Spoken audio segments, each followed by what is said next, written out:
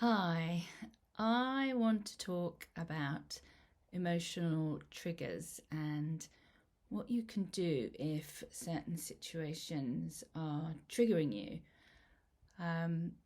So, triggers, what are they?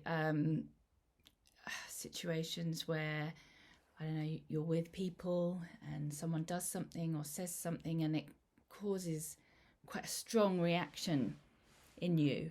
And sometimes it can make you really shut down and withdraw and go into yourself and just kind of want to take yourself out of the situation. Sometimes it might make you say something that you regret. You know, you might feel this surge of emotion, anger, sadness, upset, whatever, and you say something that you immediately regret. And the thing about triggers, they're triggers because it's really like a trigger. It's quick, it's so fast, and it's automatic almost.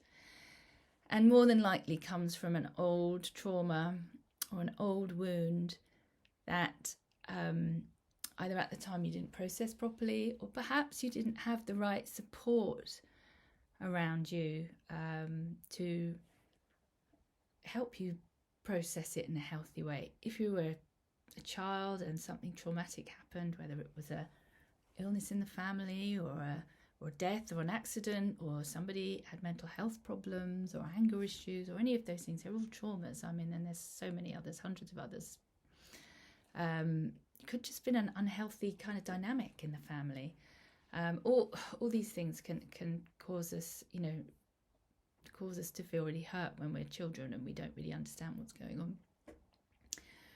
And if we don't have someone around us to help us deal with our emotions in a healthy way, then they can get really stuck in our bodies. And it's the same when things happen later on in life.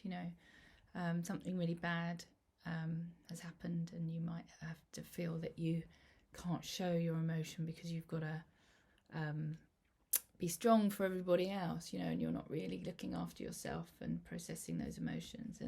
And they just get stuck and they stack up.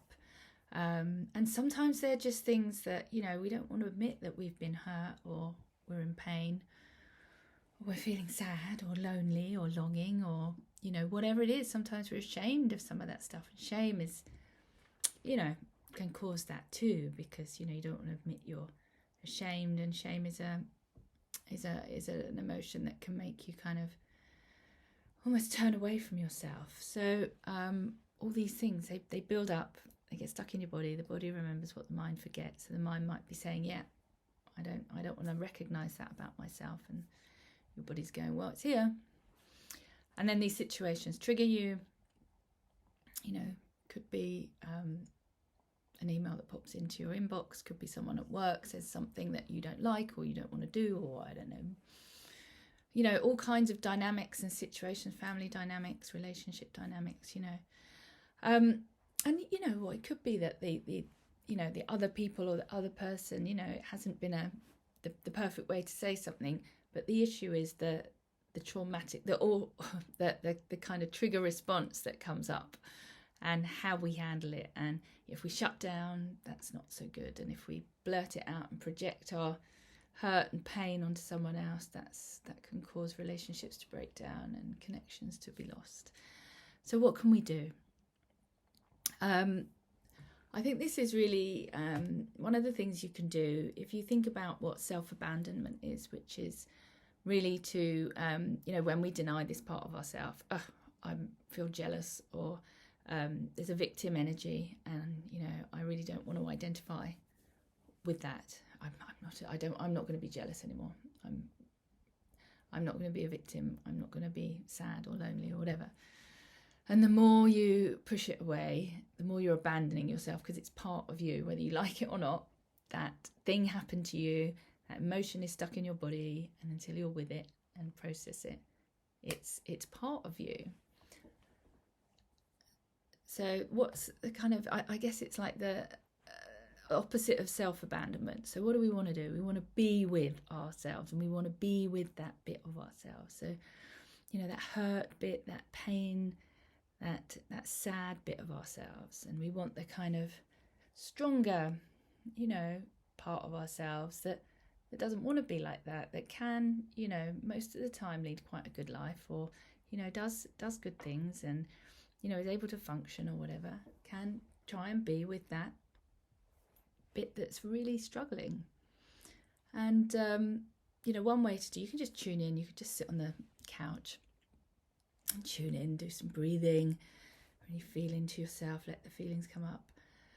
And you do want to activate the feelings. You kind of want them to come up, you know, the sadness, the you know, the jealousy, the victimy, you know, oh, you know, I don't know what to do, I can't do anything, you know, I'm powerless, whatever that is.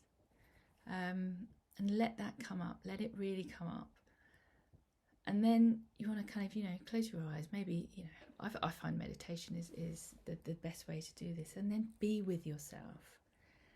And even if you have to say out loud or say it within your head, you know, I am sad with you. I am lonely with you. I am jealous with you. And really try and empathise with yourself. Really feel that feeling with that really hurt part of yourself.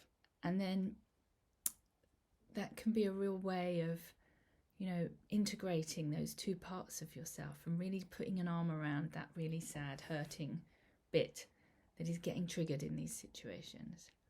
And I would kind of try and keep doing that as often as you can. You know, you do really want to show yourself some compassion. You do really want to be loving. And I think if you come out of any of these situations and meditations feeling a bit, you know, a bit shaken or a bit, you know, upset or a bit like, oh, that was big, that, you know, I feel a bit raw inside, you know, to try and do something nice for yourself. You know, go for a walk in nature, have a nice bath, light some candles, get the incense going, play some soothing music, you know, something that's going to bring back some nice warm energy, you know.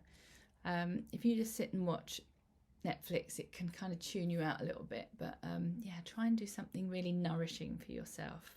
Put a blanket around yourself, have a sleep, do some journaling and all that kind of thing. But I think, you know, really key is to, you know, really be with yourself in this, really show yourself some solidarity, that you really understand, you can really empathise and be really compassionate. And it's kind of retraining ourselves out of that tendency we have to abandon ourselves when we don't like something that we are doing. So I really hope that helps. I hope it makes sense. Give it a try. And I will see you in the next video. And yeah, don't forget to reach out if you have any questions. Thank you.